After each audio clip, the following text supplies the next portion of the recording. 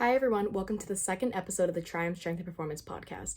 On today's episode, Devan, Chris, and Andy bring on Erik Hogan to talk about upcoming meets, leg drive, music, and more.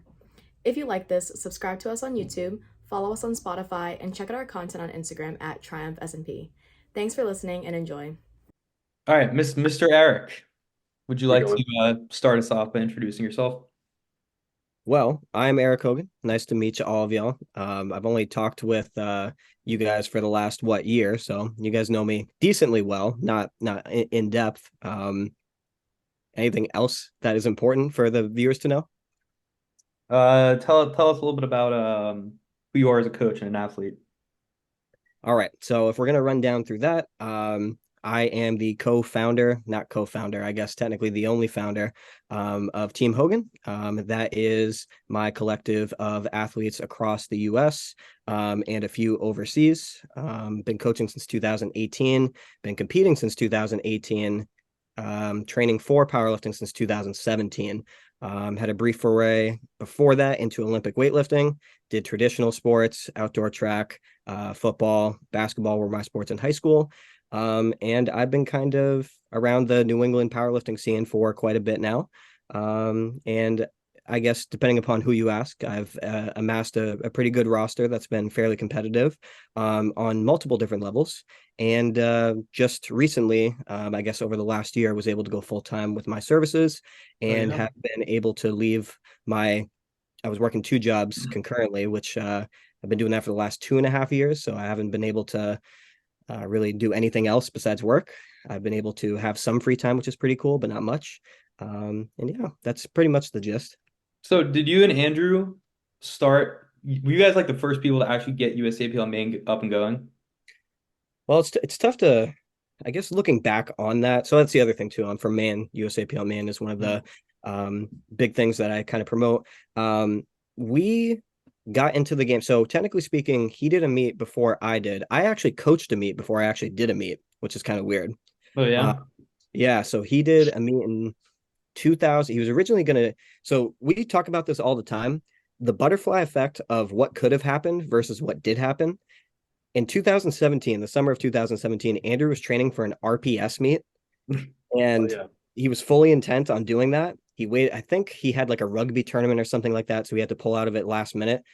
Then eventually found a USAPL meet in New York, and we did that the next year. But to answer your question, to start off, we I guess probably would be the people who got it over the hump.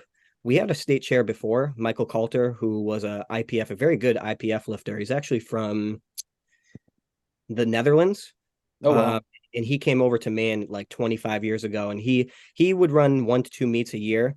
But he put his foot in the sand, said, "I don't want to do this anymore." He actually asked me first. He's like, "Do you want to do this?" I was like, "Fuck no." Um, and that's where Andrew kind of came in, and then we started running meets shortly after that. Nice. How did you guys meet, you and Andrew? Man, we met a long time ago. So, uh, technically speaking, he was a grade above me, but we are the same age. I was old for my grade. He was like the right age for his grade. Yeah. So we met initially in seventh grade and eighth grade.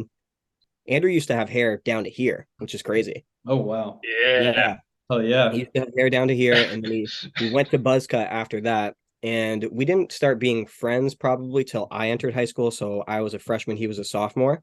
But we met just through school, the legendary La Ranger Middle School in Old Orchard Beach, Maine, where legends are made. To go back to the meat directing stuff, this isn't on our list of things to talk about, but I saw it on the USAPL calendar, so I assume it's not a secret at this point. You're directing regionals, correct? That is correct. All right. Can we go through how that's going to go? Because I know you have some high hopes for that meet. Yeah.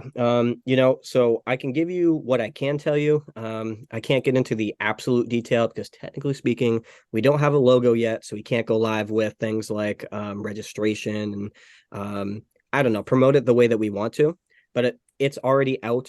Everyone knows if you click on USAPL calendar, it's there, so we can talk about some things. So it's going to be ran in Portland, man, at Holiday Inn by the Bay. We toured that facility probably about 2 or 3 months ago. Beautiful facility. Obviously, it's a hotel, so you're going to have, accommodation in terms of everything that you would possibly need, I guess, in terms of travel and stuff of the like, parking, whatever. But yes, we do have some high hopes for it. If anyone has ever been to our local meets, either true local or state level meets, we tend to do things pretty cool. There's going to be some things that we can offer, some things that we can't, just because this meet is probably about 4 to 5 times bigger than what we usually run. But you can expect some cool things. So I don't want to promise anything quite yet, but if anyone wants to, take a look at some of the meets that we have ran, the SummerSlam meet that we ran in June, the most recent meet that we ran in November in Saco, we have a pretty robust, and Andrew gets all the credit for this, a pretty robust live stream setup, pretty robust meet day setup in terms of equipment, the prize money that we give out and stuff of the like. And you can expect all of that. And then there might be some cool things that I can't get into that will be featured that are seen at the national level, but haven't at regionals quite yet. You could probably put that together. Who's going to win the best team award? I am not a boastful person, so I'm going to say whoever is the best team on the day, but my team will be entered. I'll put it that way. Sounds good. Yeah, I hope you guys do too. You guys have an advantage because you have 3 different rosters. I just have my one roster, so That's true. It's still gonna be tough. That is true. But yeah, I handled Devin at Main States earlier, and that was a killer live stream. Yeah, that was one of the big things that we wanted to kind of address, because I don't know, because you guys have been in the game for, a little bit now. One of the big things when I first got in, even all the way up until maybe 2021, live streams were fucking awful. And I mean, like, literally, like, putting a GoPro on a mount and just letting the meat go. Like, there was no graphics, there was no commentary. It was bad. And I think that as a collective, but definitely at the local level, I personally feel that we've kind of trailblazed in the way of kind of elevating everything at the local level to kind of match what it should be, and kind of making the local level feel, appreciated for, doing the stuff that they're doing at the local level. It's the same thing with any other sport. But yeah, that was one of the big things for sure. I had a client do a meet in California recently, and watching the live stream from that compared to, I think I was a little not like spoiled in a way with our live streams in this like area specifically. We have really, really, really fucking good live streams, because that one was just like, it was like you said, it was just like GoPro like behind some of the spotters, so you could barely even see the lifts. So I was just watching it, I was like, I can't see anything. But yeah, it's pretty funny that you mentioned that. Absolutely. It's frustrating too when you're trying to distance coach and you're trying to watch the meet. And like, I don't know, maybe that's something you guys would want to talk about too. That's one of the most frustrating things for me personally, is trying to coach or trying to help someone on meet day. Like, if they're way out from, like, it's a local meet in California that you can't justify flying there and stuff like that. Yeah.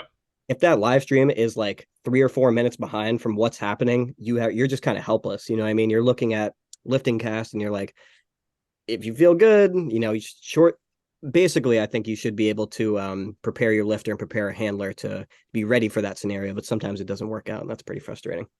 Yeah. I think what's helped with that, because like there's really no way to handle someone remotely. You just need to have a handler that knows what they're doing. I agree. But we've made like a pretty in-depth meet day sheet with like kind of like just more than you would need.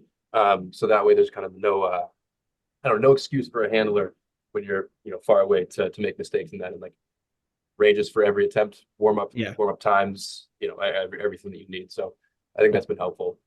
Unless they go rogue, of course. That happens, and it recently did. It does happen. Yeah. Do you guys want to actually just jump to the last topic, which is kind of similar about that, which is coaching a roster like while you're a competitive athlete?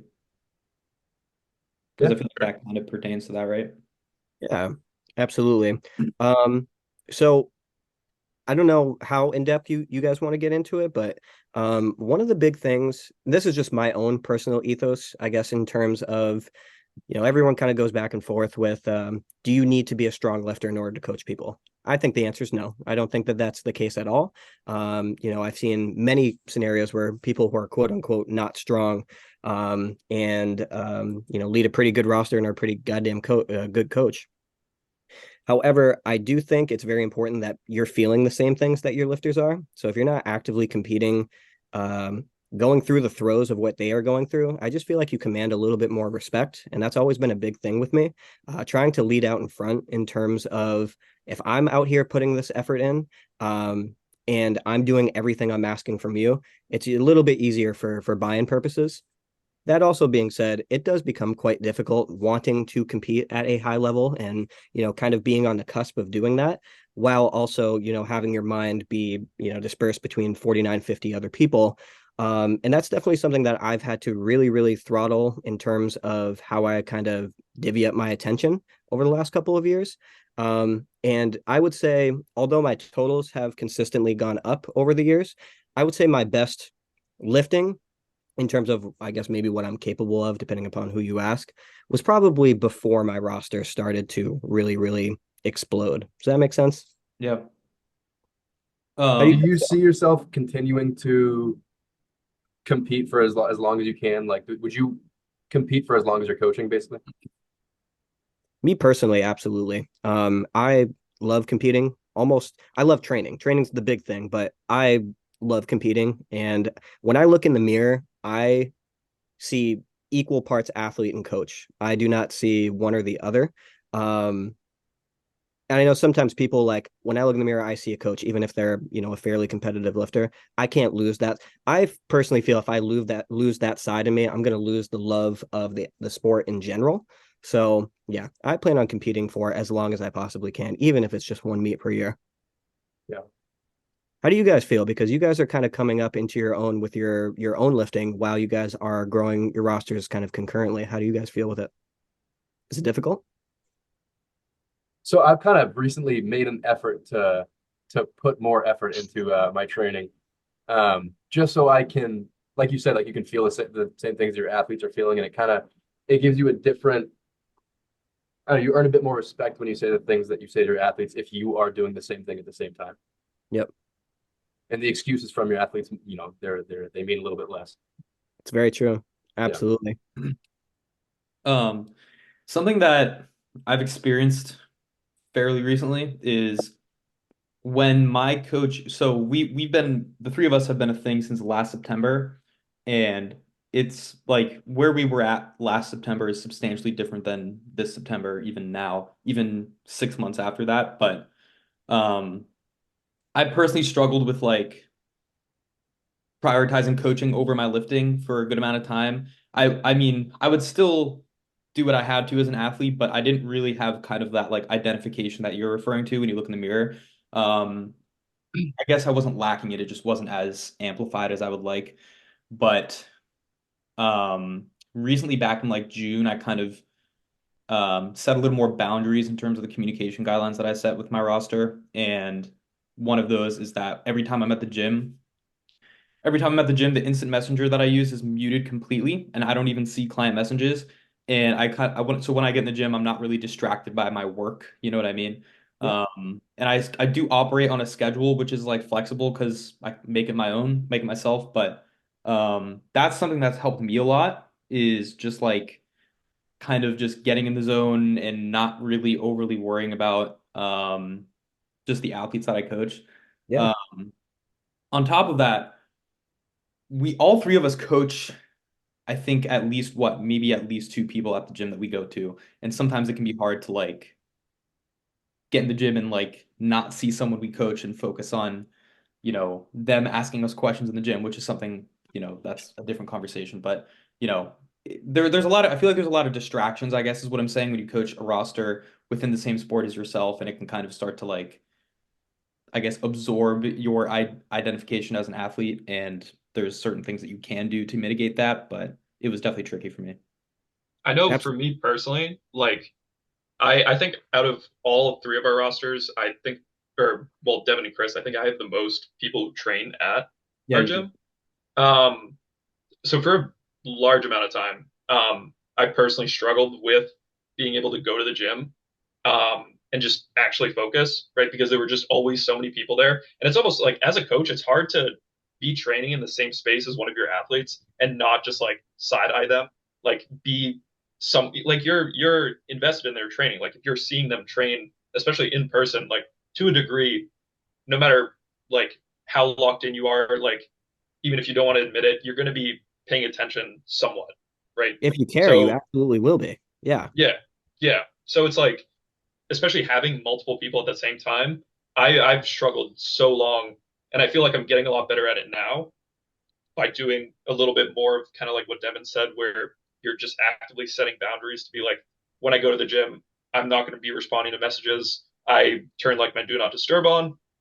I have a post on like my private team page that I'm like, these are things that if you guys see me at the gym, like I don't want you coming up to me asking questions, right? I'm not an in-person coach, right? I'm an online coach. But like I obviously love seeing people in person, but there's that separation of like I want to be an athlete as well, and to be an athlete to my best ability, right? I gotta take my training seriously. And that involves actually being focused when you're in the gym. Yeah, absolutely. So like I really love what you guys just kind of, broke a dispersed upon how you guys think about it. And I think one of the last things that you touched upon, you're an online coach, not an in-person coach. It's very difficult. And I'm sure you guys have ran into the scenario yourself where you have a lifter in person and maybe something technically is not really clicking. And you do have to show them in person. You know what I mean? Yeah. Like that is your athlete. You have to show you, or you should probably show them in person because it's such a low hanging fruit and you can fix it right there. But that's been one of the biggest things. So my roster personally, like I mentioned, I do have people all over the US. I do have people who are overseas, but a lot of people are fairly local to me. I would probably say I currently work with 49 people. Out of those 49, I'd probably reckon 20, 21 of them are in state, and then maybe 14 to 16 of those are like within 15 to 25 minutes of me, right? So I will see them in the gym. And earlier in the year, it became a little bit of an issue where, I would want to do my workout because, like I said, I still have goals of competing at a very high level. Mhm. And it would be very difficult for me to, approach, like, let's say, like a heavy week for me. And it was a bigger session where you truly need to be locked in because you will fail weights if your mind is not there, right? And you have 14, 15 people saying, hey, can you watch this? Am I hitting depth? This, that, and the other. And, before I kind of took this, it's not that I never took it seriously, but before I really dove in full time, I'd be like, I owe this to people. I should, watch their sets before I bias my own. And what you guys kind of mentioned about setting the boundaries thing, that's something that I've really had to work on over the second half of 2023. And just now I'm getting to the point where I feel like I'm in a sustainable loop with that. And I've actually learned a lot about that from you guys. Devin, you've talked a lot about that, and I've learned a lot from you. But yeah, I feel like that's a big thing. And we talk about this all the time. There's no standard for powerlifting coaching. You know what I mean? You only have word of mouth of how other people do it. And you can kind of take the best of what you like and what you think kind of works and just kind of hope that it is, the way that it should be perceived, I guess. So. When you say you take things from other coaches, who do you think are the biggest people in the industry that you've taken from? Man, that's a tough question. So I'm going to come off a little bit brash here in the sense of I don't follow as closely as maybe the average coach. I love seeing stuff from, informational posts and stuff of the like. I've always felt, for me personally, anytime I start divulging into how other people do things, I start to mimic how they do things, regardless of if it works for my athletes or not. I will certainly take aspects of things that I felt like worked for me, worked for, a group of individuals, and I will disperse that into my own athletes training. But I just find it very difficult sometimes to, really take how someone does things and then not directly apply that. I remember years and years and years ago, weighted dips became like a big thing. I don't know if you guys know this. Before this, no one was doing weighted dips before like 2020, right? And then I saw like I can't even remember who were like the big coaches at this time, but they're doing weighted dips, and then just all of a sudden I'm looking at my program and I'm programming weighted dips, and I never did it before. You know what I mean? Regardless of whether it would be beneficial for the athlete or not. If I had to pick one, this is going to sound, and I do not like how he does things now. I hate to say it, but Joey Flex. Yeah. Joey Flex circa 2017 used to put out some pretty cool stuff. Yeah. Eric Helms. Do you guys know Eric Helms? Yeah. Yeah. Bodybuilding. Yep, Eric Helms probably would be one of the bigger ones for me. Alberto Nunez, and then way back in the day, 2018 era, Sean Noriega. Those were the people that I probably took the most from. Yeah. Similar to how you're talking about like the weighted dips kind of spree. We were talking about the I don't know when this was, the high rep deadlift kind of when everyone was doing high rep sumo deadlifts. Did you fall Yeah. into that same kind of trap program in those? Did I? Yeah. Absolutely.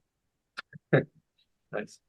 Absolutely. I remember when that whole deal came out, there was a bunch of justifications as to why it made more sense compared to lower repetitions. And I was like, all right, let's get this high rep thing a try. Basically, I find that all of that stuff, a lot of the information is very applicable to high level athletes, meaning people who powerlifting is their number one priority, placing at nationals is their number one priority. For people who either A, don't have those goals, or B, are just not equipped to have those goals, a lot of that blanket information, in my opinion, just kind of falls to the wayside. It's not really useful, in my opinion. I don't know how on topic this is, but Chris, you put a Instagram story up. I don't know when it was, a few weeks ago. Um, the question was something like, how often do you find yourself tweaking technique versus tweaking programming?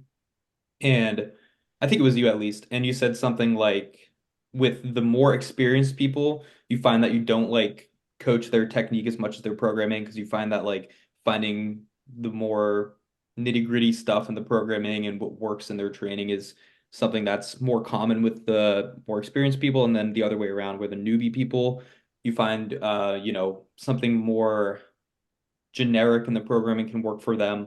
But the technique is more so something that you address. I think that was you. I could be wrong. I don't remember, but I agree with that. I mean, think like that might have been Dungy. Oh, was it? oh, really? I think so. I could have sworn it was Chris.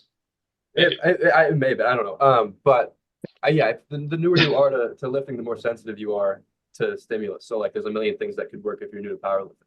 Yeah. So kind of not focusing as much about the nitty gritty on programming and just trying to get technique right is usually how I would go with like a newer lifter. But if you've been lifting for 10 years, and you're already really strong, then your technique is probably in a decent spot. So usually figuring out programming stuff is more productive in that kind of population. That idea, that probably has to be one of my like biggest pet peeves of a client, is someone who is like always actively looking to either get technique advice or change things technique wise when there's simply like nothing to change. Yeah. And I think that was the post that I was thinking of from Dungy, where it was like, sometimes you are going to send your coach some training, and the answer, the feedback for your day is just going to be, looks good, right? Sometimes that's all it takes. Yeah. And sometimes it's if your coach is truly kind of in your corner and trying to make you the best athlete possible, right? They're not just going to give you stuff to work on for the sake of working on stuff, right?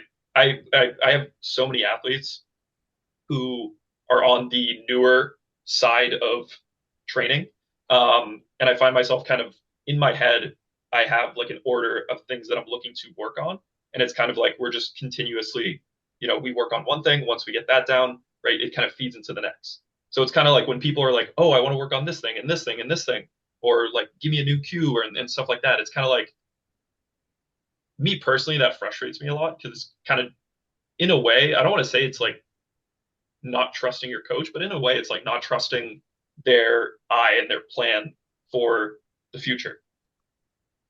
Yeah, absolutely. And I very well, maybe even still to this day, sometimes I feel like sometimes quite literally a lifter's lift looks good, and you kind of feel not guilty. What's the word I'm looking for? You feel like you're shortchanging them by saying just looks good, but quite literally, you could be just leading them astray by saying, if I wanted to nitpick, we could work on this, and in reality, deep down that they're completely fine. But yeah, I would agree with you in the sense of that is a pet peeve of mine as well. Constantly wanting to change technique, especially when things are going well. Basically, the way that I always think things is, if things are not going well, let's find exactly what is making it not going well and work on that. And if things are going great to or good to great, don't change to try to make it even better. You know what I mean? Because sometimes if you try to change something in theory to make it better, I think you guys know this, 9 times out of 10, it makes it worse. You know what I mean? And you would have been better just staying what you were doing before. So to answer or not answer, I guess to kind of circle all the way back around of it, the technique spectrum versus the programming spectrum go hand in hand for sure. But I find that more and more these days, I'm only tweaking technique to a very, very minor degree. I have not overhauled someone's technique probably in a good 2 years. And I mean, barring stance changes like sumo to conventional or anything like that. And I feel like people are performing a lot better than me saying, okay, let's bring the stance in and then let's also change the descent speed. And then when you hit the hole, let's focus on this, this, and this. People are going to figure out themselves, even people who don't have backgrounds of traditional sport, their body's going to default to the way that it wants to be. And then if you just change little things here and there to meet competition standard, I think that was a big thing too, right? Steve Denovi talked about that. That to me is good technique. Yep. Yeah, I think technique coaching is mainly just kind of nudging someone in the right direction rather than trying to like, okay, you have to do all of this. This is the perfect technique. You have to change these 5 things at one time, and then next session it's going to be perfect. It's more so like, we'll make a little change now, give it a block, see how it looks, go from there. Have you guys found that like that sometimes just doesn't resonate with lifters though? Like they're like, absolutely. why can't we fix everything right now? Yeah, because you can't. Yeah, that's not how motor learning works. That's actually something I go over in my onboarding calls is two things that are kind of similar. The first thing is with technique and just with things in general, I always like on onboarding calls, I'm going to be like, I do things very like point A, point B, point C instead of addressing point A, B, and C all at once. And I make that very clear with people. And then another thing I do is having them understand that we don't, kind of like what you said with technique about overhauling it. We also don't need to take an overhaul on programming. If like I always make Love people that. aware that like we're gonna have a microcycle that we try to repeat and overload from. I'm not gonna be having you do squats and deadlift on Monday next week. Fuck the squats and deadlifts. Let's do a 5x5 on bench and chest press next week. Let's do squats and bench. Like we're not gonna be doing all these different things. And that kind of applies to what you were saying about technique too. Yeah, I 100% agree. And again, same thing with programming. I find myself sometimes too. I'm like, man, this looks a lot like last program. I should be switching this, I Yeah. mean, so that the athlete knows that I'm working really hard. In reality, those are preconceived notions that probably are not there. But again, I feel like if you care as a coach, those are just things that you kind of have to go through. You know what I mean? But I agree, overhauling, generally speaking, especially if you put a lot of thought into the initial plan, almost always is not necessary. Mhm. And Devin, a long time ago, you made a post about this, talking about letting athletes guide the ship is something that you don't want to get on the bad habit of doing. Yeah. I find that it's a weird paradox sometimes that athletes want to pay for coaching, want to pay for programming services, but kind of want to write the program themselves in a sense, saying like, I know I need this, this, and this. But it's like, you came to me, you're paying me, you could do this Yeah. for free. You know what I mean? And usually it's something that you don't agree with. So Yeah.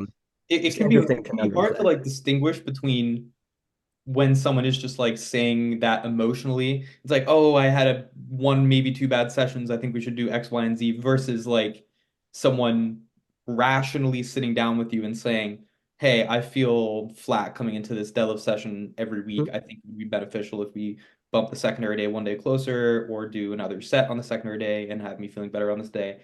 Um, and I've actually had a lot of people who have done that where it's like, hey, this is like part of my feedback from the day is I think we should do X, Y, and Z. I think it'll yield this outcome. What are your thoughts? And then that's really helpful in my opinion. But kind of Yeah, like you're saying about the people who are like, I want to let me max out, man, stuff like that. That's the tricky part where convince like kind of giving them the reasoning why you should be the one in control, but also kind of let them be autonomous, can be tricky, and then differentiating between the two as well. it really Yeah, is. that's why I think I mean I have a document that I go over in my onboarding calls.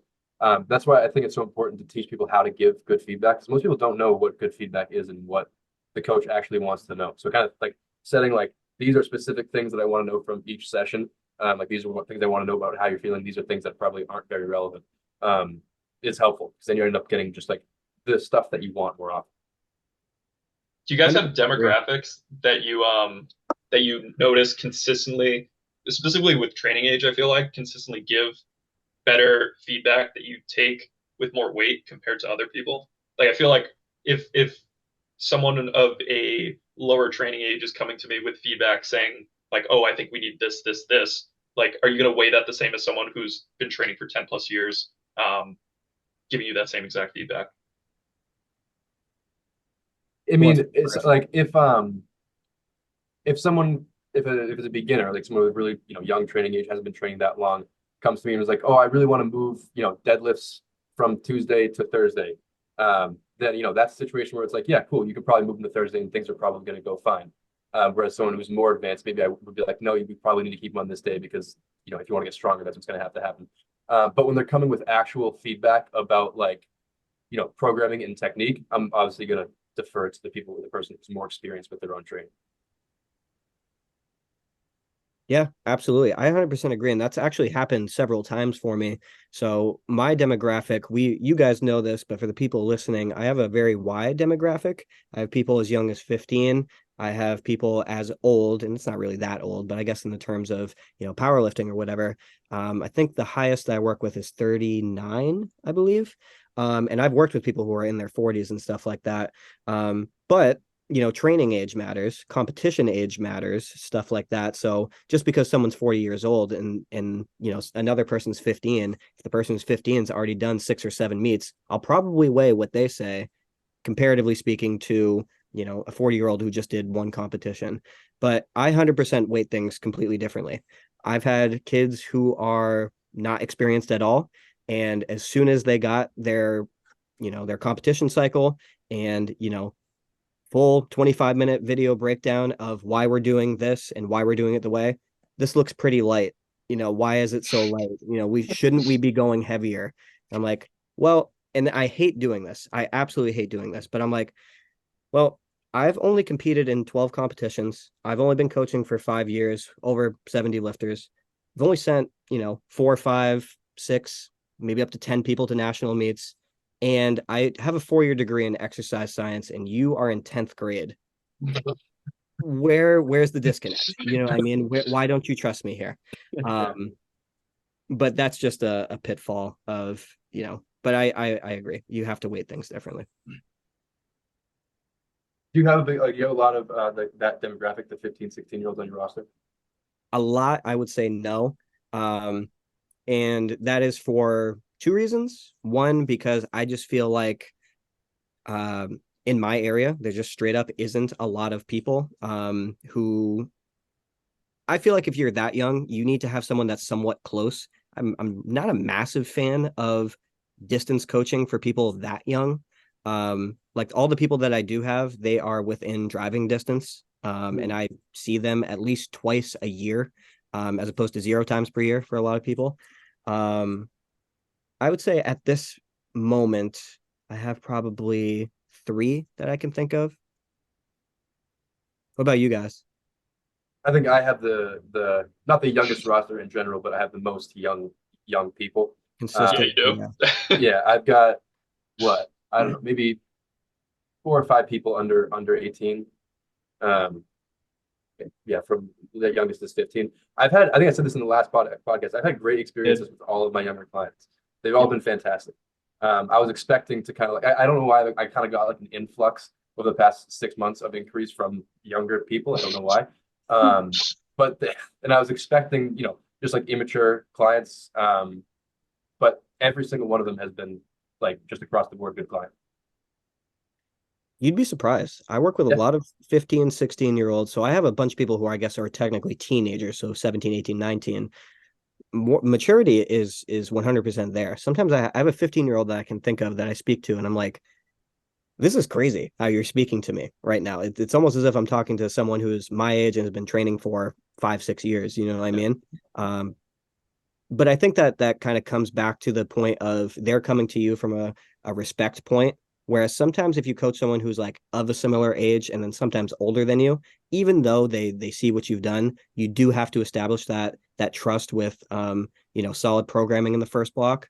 Whereas, and I've found this personally, I've been able to carve an okay competition, record. With that, a lot of the younger kids see that and that's something that they admire. And that's like an easy buy-in for the younger generation. And that's why I think it's awesome that you guys are regularly competing and you guys are pretty fucking strong yourself. Appreciate it. To go back to what you said a little bit earlier, what kind of obligation do you feel to have someone make progress in their first block of training to get that buy-in? Yeah, it's a really good question. So I mean, I feel obligated in general because they're coming to you for a reason. However, you guys kind of talk about in your onboarding call, the initial messages that you kind of try to set the expectations with, and that's one of them. I'm like, we may nail it based upon this data that you gave me in the first block. There's a chance that we might not nail it. I never like to promise people results in the first block. I said, if you give me anywhere between 1 or 4 blocks, I can the very least guarantee you that we can find something that works for you and that will yield tangible progress. Whether that's at the rate that maybe you expect, that's going to be variable, right? And that's why I like to set expectations with. But in the first block, yeah, I mean, if someone quite literally is, and I hate saying this, but training in a very obsolete manner, just switching their training around, I do expect them to make progress. Like that's a big thing. But if someone's like, I don't know, towards the end stage of their career, they've competed in nationals 3 or 4 times, and they're trying to get the last 5 kilos to like win their class, I'm probably not going to make them tangibly stronger within block 1. That's when you really need to rely upon the things that worked well, things that didn't work well, rely on your block 2, your block 3. What about you guys? I feel like most of the time it's very easy, and I don't know if this is just me personally, but it's very easy to kind of discern when, like, once you write out the block, you're done with the onboarding call, like you have all the data, right? You've written everything. It's pretty easy to discern whether or not someone's going to make progress or not, like based off of their training history, what they came to you with, what they came to you from. A lot of the times I look at it, I'm like, oh, this person's going to make progress, and it's very rare that they don't. But it's not like I'm going out of my way to be like, oh yeah, I'm going to add like 120 pounds to your total in like 12 weeks. Like I feel like if you're doing that, it's kind of like, why I don't that? I don't like that. I don't like speak like that. And when I say like I can put 120 pounds on your total in 12 weeks or something like that, man, you're gonna look like a goddamn idiot when Exactly. and then the lifter will also feel like a failure when they only put 50 pounds on their total and they didn't put the full 120. That's a big thing too. You know what I mean? People, I wish I would have done, bro. I haven't put 50 pounds on my total in a meet since 2019. You know what I mean? That's just the way the game works. And sometimes you set people up for failure prematurely that way. I do the exact same thing that you do, Eric, in your onboarding call. Like towards the end, I always say like I would be totally lying to you if I told you you'd put X amount of whatever on X lift or X total, or like I don't know how, like you could break your leg in a week for all I know. Absolutely. But like I always say that along with the other things I mentioned. Um, but yeah, like I emphasize that every time. I always tell people, I'm like, there have been people I've started with and we get it and they PR everything in a block. And then we figure it out and then we just rinse, wash, and repeat, and then everything just goes phenomenally for a whole year. I've had people where that happens. I've had people where they get injured the first block, or they, everything just sucks. But every single time I'm going to put my best foot forward to make the ideal first training block. And I think in a sense, the first training block is really important, but it's also just like a foot in the door. Like you're just gathering data here. Sure, your new athlete has X amount of data before, but that's with another coach. You can learn more from a first training block to actually like warrant better training blocks down the line. And when I met on my onboarding call with Steve over the summer, I asked him what I could do to be like the best athlete possible and leave no stones unturned on my end.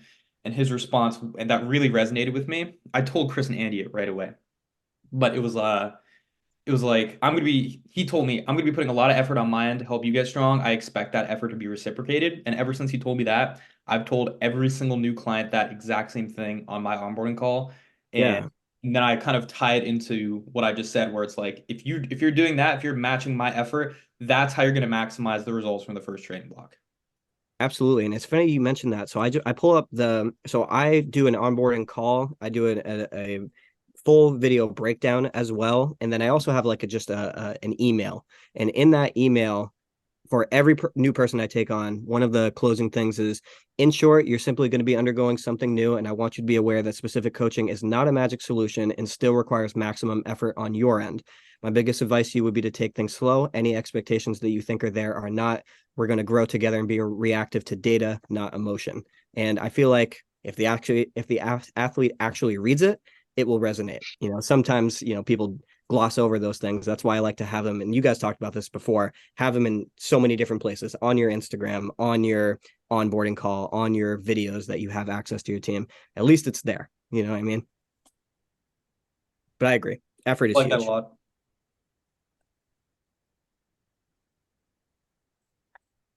Chris, do you have anything to add? Looks like you're gonna say something. I was going to go to the whatever you have next topic. Okay, cool. I have a question I want to ask. Do you guys have specific strategies that you go to kind of get people? And it sucks that you have to be in this situation in the first place to like draw effort out of people. But like, do you have methods that you employ to get people to give more effort on their end? Who wants to go first? You look excited, I'll Eric. go You first. go. Okay, Chris, no, Eric, yeah. go first. Who's going first? Sorry. I want Chris to go first because I Okay. know that this is going to be good. Well, what I always do is I want to know what the athlete's goals are, and then make sure. I made a post about this, and this is the one post that I made that did very well. That was like, I'm gonna keep it a stack. That was, out of every post you guys have made, that has been my favorite one. Go to post. But good. yeah, Really if I feel like, what the athlete's goals are, if they say, oh, I want to go to nationals, I want a podium, I want to do this, but they are moving sessions and they are saying, oh, I want to go out with my friends, can I move my session till tomorrow? It's like, okay, well, yeah, sure, but you're also not gonna do what you want to do in the sport. So we need to make sure that these things are lining up, and usually just like the conversation is what I hope will motivate people to put in more effort. Yeah, absolutely. Drawing a line in the sand of what your goals are, I feel is the biggest accountability thing that you could possibly do. I have some people, and the other thing too, and we kind of talked about this, I think briefly, Chris, is sometimes people are unaware that you can have goals that are not to be the best lifter ever in your weight class. You know what I mean? And that requires a different set of dedication, a different set. It's a little bit more lax. It's a little bit more, I'm not going to be under you, like, hawkeyeing you, I guess, in terms of your effort level and what you're doing outside the gym. But if you do draw that line in the sand, there has to be a give and take. But I guess in terms of like, here's another way to kind of look at it. When you first asked this question, I immediately thought of like actual effort in the gym. There is some peculiar cases where people just straight up, they are not trying as hard as they possibly could. And you look at like their blocks, they haven't progressed their accessories throughout the entire block. There's been, a distinct downturn, I guess, in terms of, I don't know, people who are like very hype lifters, they're not approaching the bar with the same intent. The first thing that I always do, assuming they're not working at just bare bones, one set per exercise, is drop workload. I feel like one of the biggest things, and we probably all work with people who are either A, students, or B, work a full-time job, and this has been a big thing that I've leaned into a lot lately, is session time. If you are training consistently, every one of your sessions takes 2.5 to 3 hours, even if you're the most dedicated in the world, there's only so much effort that you can put into a bunch of sets during that time period, just straight up, because you're probably not eating a meal in between. I don't know. Some people might. I don't. I don't know. Andy. But I would rather, one of the biggest things that I've changed programming wise is doing less sets, but just having those sets be higher intensity. That is like a surefire way to get people to just straight up try harder. Because we do know that volume matters, but volume doesn't matter to the extent of if it's just the intensity is rock bottom. You're almost better off just trying to match intensity, having them really push themselves on that one set. Then mentally speaking, they also feel like they're accomplishing more, when they, I don't know, push their dumbbell bench to at 9 RPE and they don't have 4 or 5 back off sets after it. You know what I mean? Yeah. All right, what's the next topic? I forget where we were going. You want to do the leg drive one? We can do leg drive. That'd be the first, actually, the first time we actually went to the plane. No, I skipped right to the end at the beginning. We already talked about the. Andy, why don't you start it? Because we had this conversation in the gym. Sure. So when I brought this, or I think you brought this question up to me, it was in the Yes. context of, do I just have everyone bench with either a neutral or a positive shin angle? So also And this, my observation, just strictly, and that's why I asked Andy, was a lot of the people that you guys coach seem to bias a positive, either a neutral or is this positive or this is positive? I don't right? know. Everyone says something different, I think. Yeah, so exactly. let's define it. So don't either know a tibia angle that's straight up or down, or more of an obtuse angle. How about that? There you go. Sure. Okay. I noticed that a lot of you guys coach people who have that type of leg drive setup, and I was wondering if you guys bias towards that. That was the initial.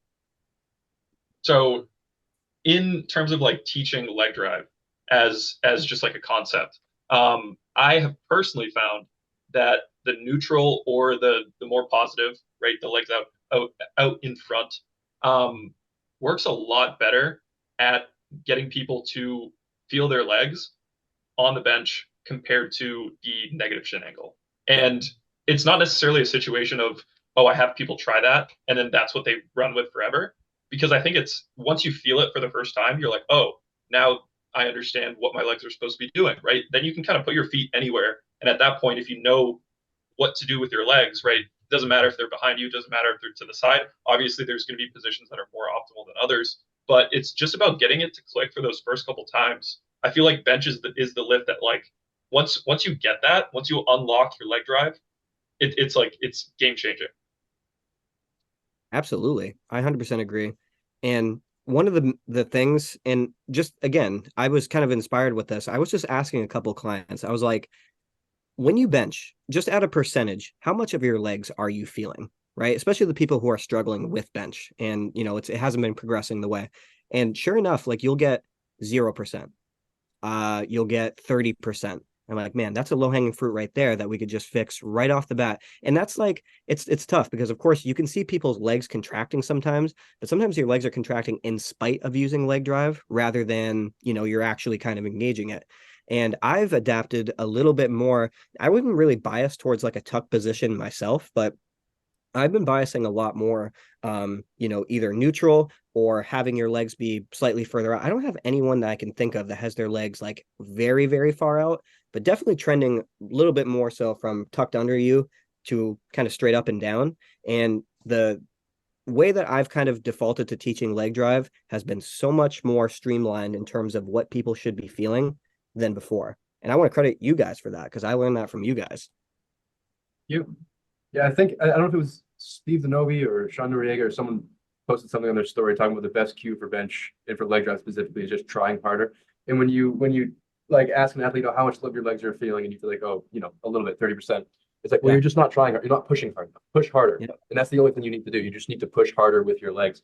And I think that's probably where the foot positioning comes in. Like you're going to have better leverage to drive yourself back into the bench if you have your feet in a spot where you can actually push back. But yeah, when I'm trying to teach people how to use their legs, and I see that, I think Devan, you had a post on this a while ago about watching the knees. And if you see the knees kind of drift forward, that probably means you're letting up on leg drive. Or if off the chest, you see the ribs rise up, it probably means you're like pushing off of the chest. And if I'm seeing any of those, I'm like, you just need to push more consistently and harder with your legs. And that's what we need to change on bench. What do you think, Devan? I was gonna say, so I have two things to add. One was a conversation I had on Chris that I had with Chris that I initially disagreed upon, which was pressing back on your toes. And I usually am going to tell someone not to do this if I see them doing it. Um, but since I had talked with Chris about this, he changed my mind. Um, and I actually have like 3 people doing this now, 2 or 3 people, just to teach them which direction to press with their legs. And reason being, a big mistake I see with leg drive is everyone is trying to do shit vertically. Everyone's trying to press towards the ceiling. Everything needs to come towards your face. And if you're in your toes, that's just gonna immediately put a lot more pressure into your forefoot. And if you're in your forefoot, odds are you're gonna be pressing back towards your face. And ever since Chris told me that, every single time I've had someone do that who's pressing too vertically when they're lifting their butt up off the bench, it's more of a, hey, I'm going to lift my butt up off the bench, and less of a, my butt's coming off the bench because I'm pressing my upper back into this sticky pad.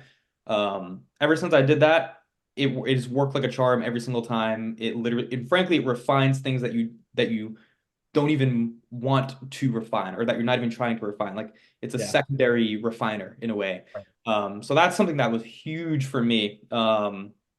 But I think the opposite is true as well. If someone already knows which direction to press with their legs, they probably don't need to be pressing on their toes. Yeah, Kelly made me stop going up on my toes. Yeah.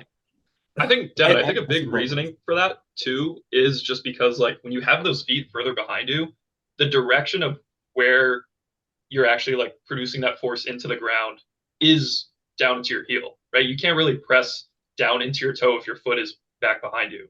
So it's Yep. kind of like when you bias more of that neutral or that positive shin angle, it's just easier to leg drive correctly. Yeah, and for years I benched in heels with a fairly tucked knee angle, and I just never felt the aspect of, I'm going to be honest, I don't think I benched correctly with leg drive up until like very recently.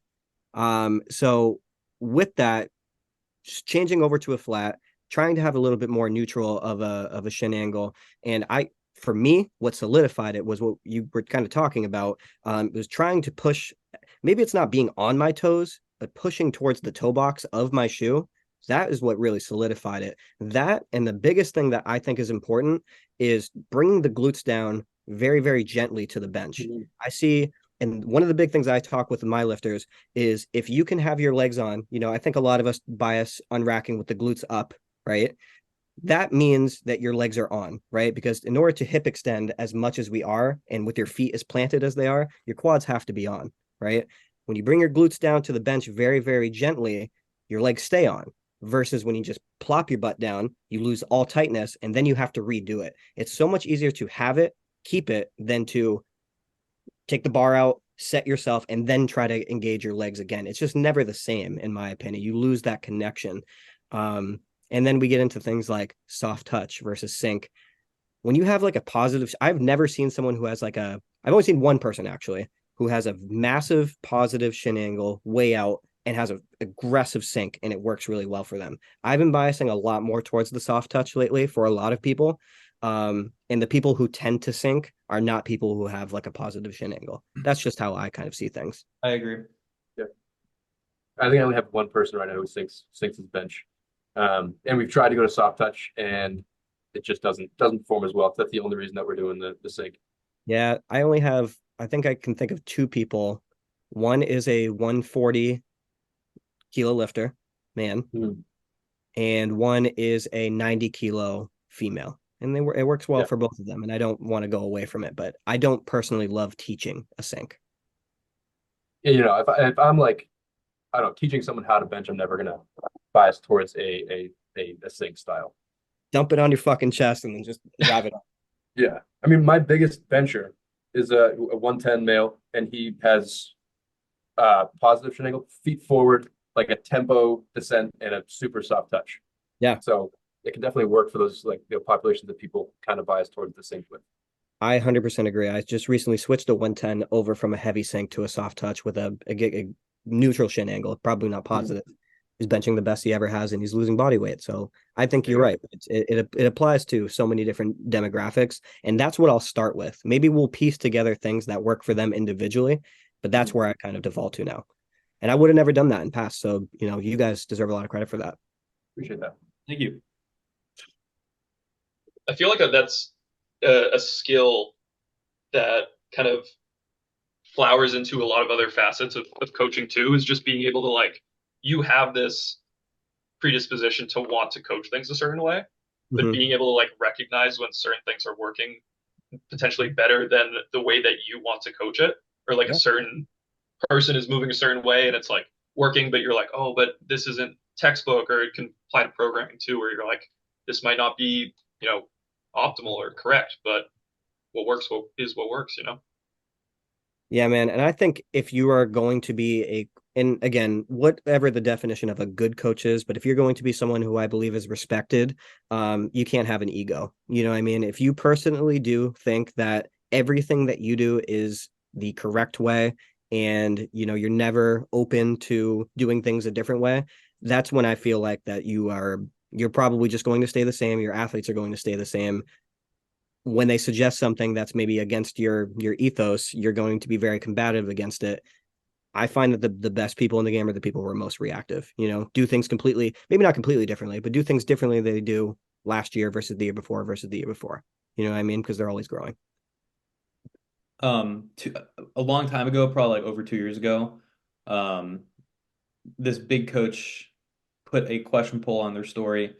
And I asked a question that was like, oh, tips for up and coming coaches, like what should we really be emphasizing? And their response was to never stop learning and always keep up with, the modern stuff. Because there's going to be shit that gets outdated, and there's going to be things that you do that are good during a period of time, but then they aren't good anymore and they stop working, and you're going to have to succumb to shit that you don't really agree with at some points. Um, Have you guys Said reached that, a I was like, point yeah, with I that gotta. yet? What's that? Have you guys reached a point with that yet? Or like a tangible example? I can think of a few. I can't think of any off the top of my head, but that's definitely happened. Yeah. When I first got into the game 2018, DUP, highly specific DUP was all the rage. If you're a low bar squatter and you were doing high bar squats, like what the fuck are you doing? You know what I mean? Just do a second low bar day. Like you're gonna get better. The skill acquisition is better. That's one of the big ones. I biased a lot towards that early on. And the minute I got away from that, people stopped getting injured. And, I think Steve posted about this, like people who are scarred from 2014 DUP. I was definitely one of those people. Squatting 3 times per week, low bar, benching 4 times per week comp. It's crazy. How much do you buy? Like how many athletes do you have that have those super specific programs? Like I don't know, 5 times a week bench, 3 times a week squat, things like that. Not to the extent I think of some of the ones that you guys have talked. I don't think currently. So at one point I did. Not currently. I don't have anyone who benches more than 4 days per week. Um, I'll say this: my mind usually never drifts towards added frequency. That's like a last case scenario for me. I find with a lot of people, unless they're truly can just handle an absurd amount of workload and they need that amount of workload, I almost will never bring someone above 4 times per week benching. I just haven't. No one's really responded well to it when I've tried it. Maybe it's just how I'm implementing it, but I've had so many more people. I've had more success trimming away frequency than I have adding frequency. But in terms of like the super specific programs, I could probably think off the top of my head 5 or 6 that just are like, this is ridiculous. You're pulling 3 times. We talked about the 3 times per week deadlift thing. Like I have two Yeah. people who do that and are progressing really well with that. Yeah, that's the fun part for me though. I love that. Yeah. Yeah, I don't have anyone I've never programmed a third deadlift day, but I'll definitely I don't know, maybe I do things a little bit differently. I'll definitely program a third squat day or a fifth bench day. I'm less so looking at it through the lens of like how much work are you doing, but more so how much time do you need in between each exposure to come in strong. So if we can get 3 productive sessions in, even if they're not super heavy, I would still view that as a positive. It's not like we're doing 3 sessions to like an RPE 8 or 9. Yeah, That being 100%. said, I don't have a ton of people squatting 3 times a week or benching. I think I have one person benching 5 times a week, and maybe three or four people squatting 3 times. I have 4 people who squat 3 times per week, and it was like legitimately a last scenario type deal. The third squat day is very, I don't know, tertiary sessions. Maybe at some other point we could speak upon that, because that's been something that's piqued my interest over the last year. is either tertiary or secondary performances. And you guys had a really good post about kind of not being, I think it was you guys who had the post about not being so aggressive with the periodization of some of those secondary and tertiary days. And I've been leaning towards that a lot lately. And that's been pretty tangible in terms of increases, because I think one of the big things that I learned a long time ago was, your secondary drives your primary. But I think somewhere along the way, I kind of lost why the secondary drives the primary. And that kind of recalibrated my mindset on it for sure. Yeah, I think Steve made a post about secondary day period, like period after the secondary day. Devan and I made the post. It was more so just about how that secondary day feeds into the primary. Yeah. How like sometimes structure of a secondary can be more important than your primary session. Yeah, absolutely. That being the driver of what actually creates the performance on the primary day type deal. Yeah. That's good. You can do a 3x3 on your primary day and keep that the entire year, and the only way that's going to change is depending on what you do in the secondary day. Right. Well, maybe not the only way, but a big influencer. Yeah. Absolutely. I feel like when you look at it through that lens too, it makes things so much more predictable. Or it's kind of like it's a lot less intrusive into the actual like program when you're just kind of like tweaking that secondary day. And I feel like it's like that on the athlete's end as well, because that day, that primary day, that's the day that they're going into the gym being like, okay, this is the day I'm going in to perform, right? I got like my big top set, whatever it may be. And when that's kind of like a consistent thing for them to look forward to, and you're just kind of tweaking that secondary day to, get them to come in strong for that performance, it's something for them to look forward to. Yeah, absolutely. And one of the big things for me personally, and I think you guys agree, is do we consistently. So if we're going to look at like program to program, I love time to peak type models. So if we know consistently that the 5th week is always the strong week, boom, that's awesome for me, because that makes things so much more predictable on a block structure end. But also, I've been leaning more towards the weekly model of that. Each week, do we have a consistent trend? This day is always performing strong. This day is always underperforming, I guess, relative towards maybe what our initial expectations were. If our primaries are still going and we have those trends in place, we don't need to change anything. You know what I mean? Because I think sometimes people expect their secondaries to pop as much as their primaries and stuff like that. And it's like, primaries are primary for a reason. Secondaries are secondary for a reason. So predictability has been a big, big thing that I've been leaning into lately. And again, if you guys were along in like 2018 or 19, no one talked about predictability at all. That was not I don't think a single coach, maybe Mike Tashir, who created the time to peak model type deal. But even then, that was under emerging strategies, and it was borderline random at that point. It's like you just run the same program and then you keep doing it until you don't progress anymore. That's your time to peak. And I don't like that personally. I find myself having that conversation with athletes a lot when they, I don't know, tend to overshoot on their secondary day or like a tertiary day, or just have too high of expectations. It's like we only need not even one day, we need one set to be strong per week or per block even. We just need that one primary day, that like test set, or the, whatever you want to call it, to be strong. And if that set's strong, then that means everything else is working. We don't need every session to come in and hit a PR or have you at 100%. We just need that one set to do it. Yeah, and that's where Instagram clouds a lot of people's distortion in terms of, what to expect, because my favorite lifter is PRing twice per week. Why aren't I? You know what I mean? Those are always annoying conversations. It's like, why am I not doing what he's doing? Are you him? Yeah. No. Okay. Damn. It's not as simple as that, of course, but that's the gist of it. Yeah. What do you want to go to next? What else do we have? I got a question for you guys. Sure. You guys are doing the 2024 Main State Championships.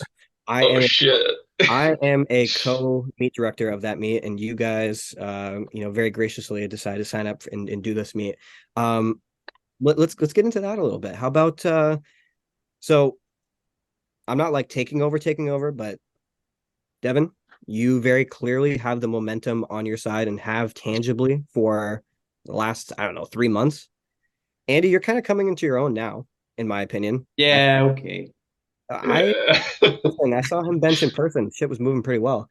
But I know you fucking bench the sand. That's what you're gonna say, right? Yeah.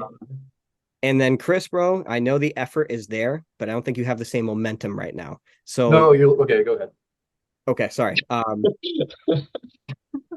Let's try to be as objective as possible right now. You guys all want to win the showdown. Who right now has the upper hand? And then if you're part of the two that don't have the upper hand, what are you gonna fucking do so that you can be the victorious person? So I want to start by just stating a fact. Okay. Oh, okay. I think when was that? Was it October? The end of October. Me and Devin both finished a training block around the same time. We did the dots out for the training dots at the time. Fucking training dots. I was 422 Okay. and Devin was 419. And All Chris right, I was think like I was on the 320 doubles or something. triples or something. I was on doubles or triples. Were you? Yeah, I Were was you? not on singles. We were ridiculous. You can't compare the two. I can calculate all three of our predicted dots right now, and I'll be on top. Do you Whoa. think? 100%. Really? We're all gonna be within 10 of each other. So Yeah. I At the end of the honestly- day, we're all going to be between like 425 and 435. Yeah, That's what we're 425 gonna and 435. All right. Yeah. Chris, I want to talk to you, brother. Yes, sir. So what is our thought process right now? I think we're 13 weeks out on Saturday. Yes, yeah, sir. 13 weeks out. I'm What counting. is okay, you're healthy. What's your confidence level at right now? Like, what numbers do I think I'm going to hit? How about like on a scale of 1 to 10, how confident do you feel that you're going to show up the strongest you've ever been? Let's start with that. Like this, like the have like PR my total. 10. Okay, that's good. Yeah, What- I mean, I hit a big the last time I competed was in what was it, October of 2022. Okay, so it's been a while. It's been a while, yeah. And I have this bad habit. Whenever I get really far from a meet, my externals aren't fantastic, and that hasn't changed. But I'm better now. So weight got really low, and it was staying. I was weighing like 172 for a while Fuck, as an 82, which is that was just a 75 at that point. So numbers kind of tanked. But when I gain weight, it just kind of comes right back up. Like when I went into that meet in October, November, whenever that last meet was, my squat went in the span of like 12 or 16 weeks, went from 192 to 220. I squatted 212 on the platform. I missed my third. That's crazy. And yeah, so like I'm on that same kind of swing right now, which is why I corrected you when I said I don't have the momentum, because I do have the momentum. Ooh, Devin love this. is saying that he's progressing. He's not. He's flatlined. Whoa. What are you talking about? Wait a goddamn second, man. When was the last time you hit a deadlift PR? All right, my Uh-oh. deadlift is stagnant. Don't ask me the same Well, question. bench are going great right now. I don't need to PR on my deadlift to win. I can time my meet PR deadlift, and I can still win this meet. That is the soundbite right there. Chris had the soundbite. That is fucking right. No, you can't. You have to PR your deadlift. I definitely do not have to PR on my deadlift to win this meet. If you squat like 217, Yeah, you you do. bench I do not have to PR my 155, deadlift. you would need to PR your deadlift. I don't think so. I think Okay. Chris is going to come in weaker than he thinks, and I think Andy's going to be too big. What do you think I'm gonna come in? What do you Chris think? is gonna come I'll, and keep, I'll keep the numbers to myself for now. We're going to You're a get coward. No. I'll give you the numbers. Whoa. All right, let's hear him. What do you? Yeah, I want to hear. What do you think you're gonna hit, Devin? I think I'm going to squat more than you. I think we're gonna squat. I think you'll squat 217. I think 217 is the number on my mind for myself. I don't think you're going to get more than 212. Yeah, I think that's wrong. I got to see you do it. I got to see you do it. Fair enough. Got what? Maybe Yeah. 3 training blocks between now and the meet, right? Probably 3. Like, well, no, because I've been running like 6-week blocks, but so like 2, but no, I think I'll squat. I'd be surprised if I don't squat 220. Okay, 220. I don't think you have 220. You were saying you were going to squat 230 a couple months ago. That's what I'm No, saying. I said I wanted to squat 230. I don't know. I said Kelly said I was going to squat 230, which she did. And I said if Kelly says it, then I'll believe it. I was never confident. I think 220. I'm confident in that. And then Devin, I'd be bench, very surprised if you squat more than Chris. I think I got 217. I don't think Chris is more than I'll 17. let Chris say his goddamn numbers here. So we're doing Okay, sorry. so 220 on squat. yeah, and then bench, I'd be happy with 185, 182, something like that. Okay, And then deadlift probably 230, 230 232. deadlift. Okay. I don't know what that total is. 630 something. That sounds like a pretty good total, pretty good dots to me. So I think it's about 430 dots. so Andy, you Hmm. are the heaviest, brother. Yeah. Dots does not really favor the 110 class in terms of the calculation. You're 110 technically, right? Are you heavy for 110 or are you light for 110? I don't know. Oh, come on. Okay, well, Last, regardless, you're the heaviest substantially yeah, compared to these two. yeah. What is your thought process? Do you feel like this is a fair bout? Do you feel like that you have a chance? Because Yeah. I think some people from We the outside looking in don't think that you have a chance strictly because you're heavier. Yeah. I posted some lifts on my close friend story a couple months ago, and it's like I said, the math and the room that was in the tank with those lifts, it checks out. So it's like I'm on pace to dots at least 430, like somewhere in that range, just the same as both of them. So it's kind of like I don't even need to hit any crazy like meet PRs. I dotsed 413 at my last meet with like a 250 deadlift, and it's like I pulled 277 in training. So it's Who's the kind of most like, likely to miss a lift? I was Uh, telling you this the other day, Eric. I think all three of us are like very likely to go 9 for 9 or 8 for 9, all of us. yeah, I we don't, all yeah, have good coaches that, yeah. I don't think there is a most likely to miss a lift. Ooh, If I I'm being, me, know I'd you say going to I'm be probably the going to most likely to miss a competition history? bench.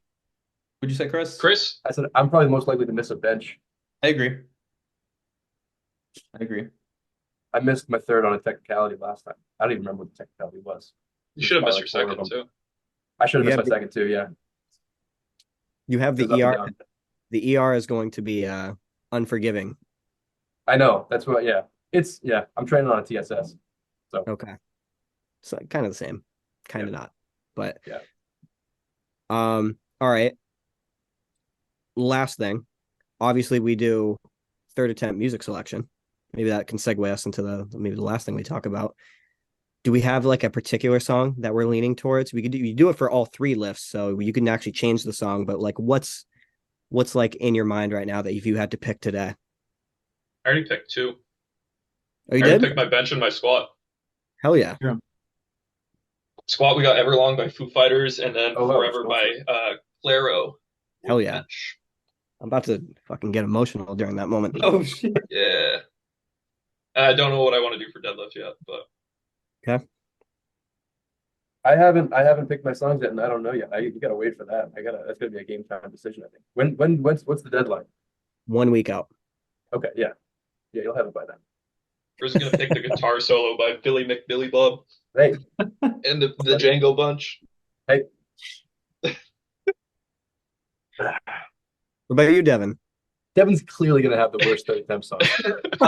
Okay. I'm probably gonna pick Violence by Grimes, which is the same song I did last year. Exactly. Okay, fair enough. For all three? Chris.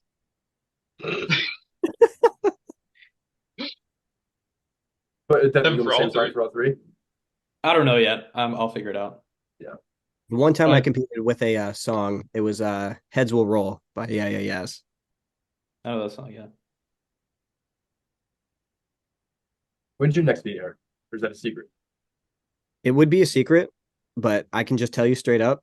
That's another one I don't like talking about when I do meets. Like how you guys are approaching this, I 100% would just be good luck, guys, and I just wouldn't be talking about anything because Yeah. it icks me, and I psych myself out when I talk about it. To be 100% honest with you, 2024 is shaping up to be the busiest year I've ever had in terms of travel. So I cannot fucking find a meet that I can do that makes sense. And I'm trying. So if you guys find one that makes sense and you think that I should do it, let me know because I will actually do it. Absolutely. We'll run one.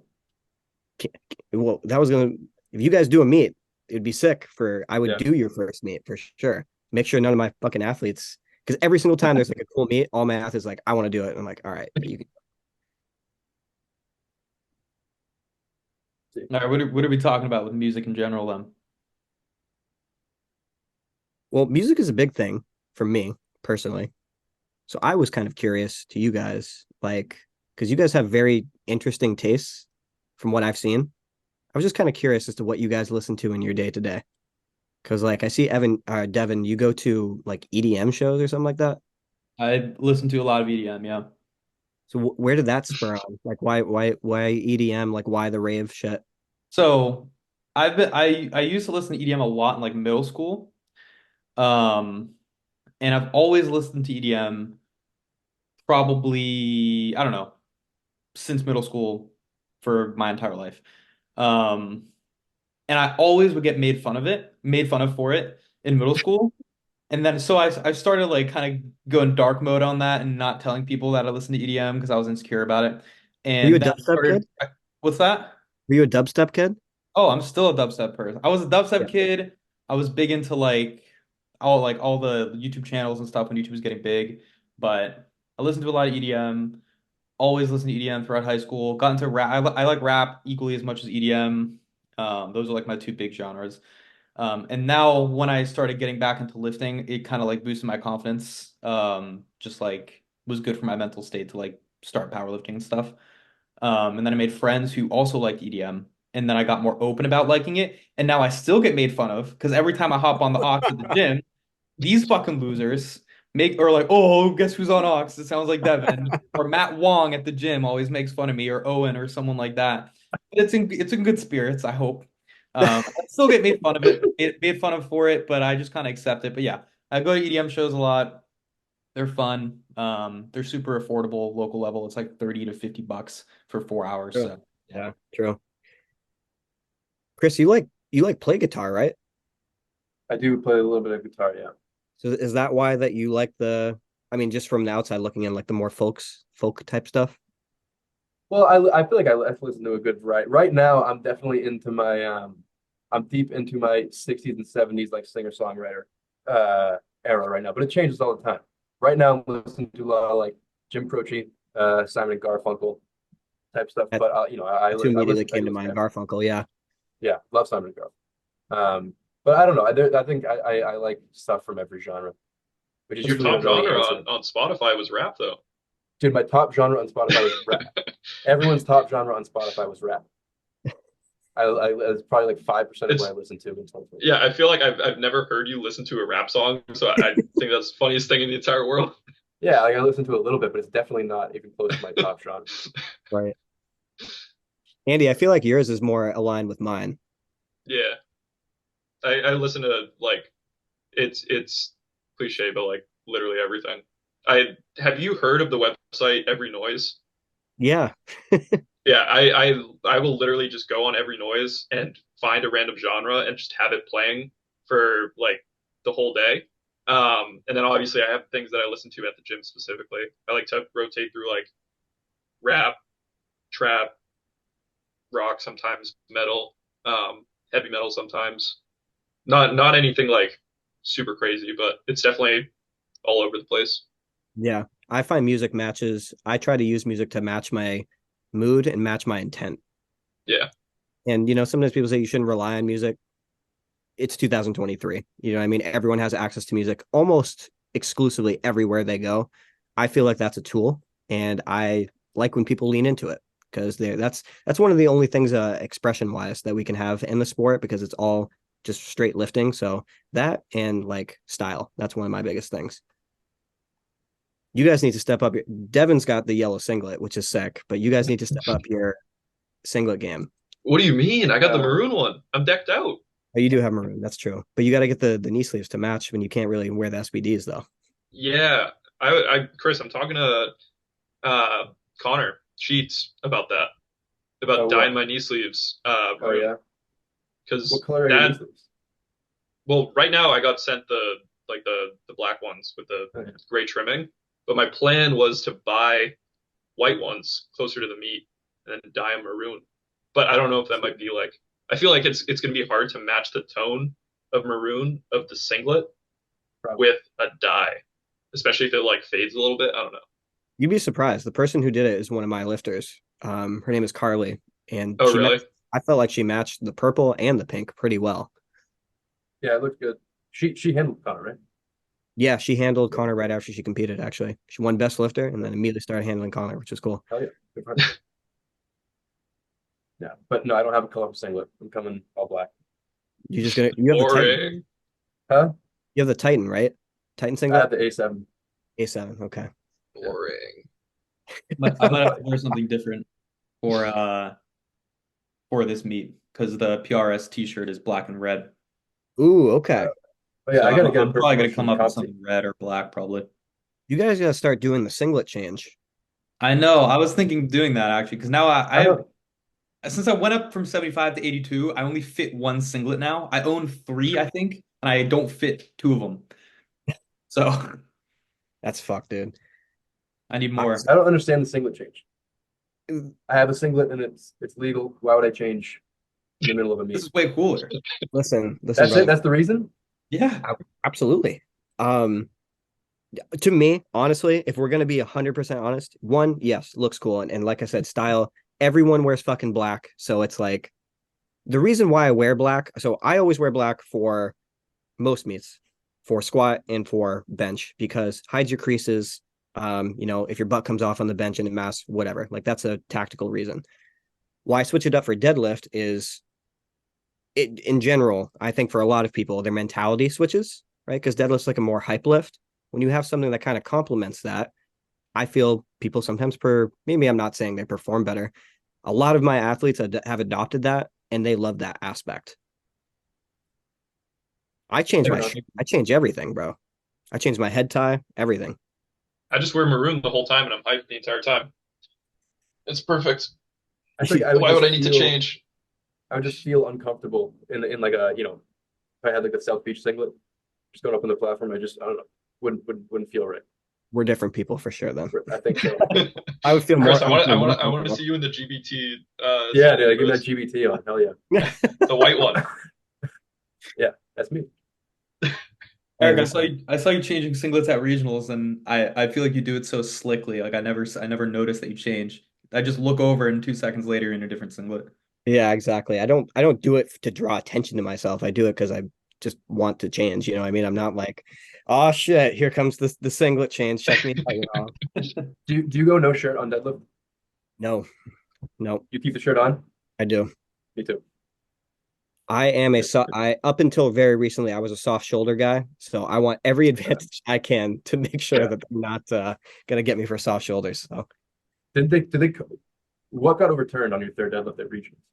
So that was a big discrepancy. One of them, it was for soft knees. One of them, it was thought to be soft shoulders, but he clicked the wrong thing, the wrong color. Clicked, can't remember what he clicked, whatever it was, it like signified downward motion, and there was no downward motion. So we were trying to debate on what we could protest because we didn't know what exactly the infraction was. I don't know. I got lucky that day. I'm not gonna be. You got the lift, right? I did get the lift. That was the first ever time that I've gotten a lift overturned. And then shortly after that, at the Olympia meet, I was caught fire and I got three lifts overturned. That was crazy. Yeah, I've never successfully overturned a lift. I challenged one of the lifters squats at States, and they basically laughed at me. I had my situation at a Coliseum, but I wasn't gonna like try and do anything for that. Oh yeah. Coliseum, they didn't have a jury, did they? Yeah, they didn't, but just the situation, like he should have gotten an extra attempt. It was the situation that I was talking to you about, Eric. Yeah. Where, like they let the wrong person walk out. It was just like 3 rack heights above his. He couldn't get the bar out of the rack, and he missed it because of that. But he was opening the flight on third attempt, so it just wouldn't have made sense to have him retake it. Yeah, exactly. So, how long have we been going for? Decent amount, probably like hour and a half. Holy shit! Really? Really? Just shooting the shit, you know? Oh, that was Right. good. That's long. It's not too long. I feel like that's pretty good. That's pretty standard. Okay, Eric, we appreciate you. Thank you for the fantastic conversations. Love you, Thank you Eric. for having me, guys. This was awesome. No problem.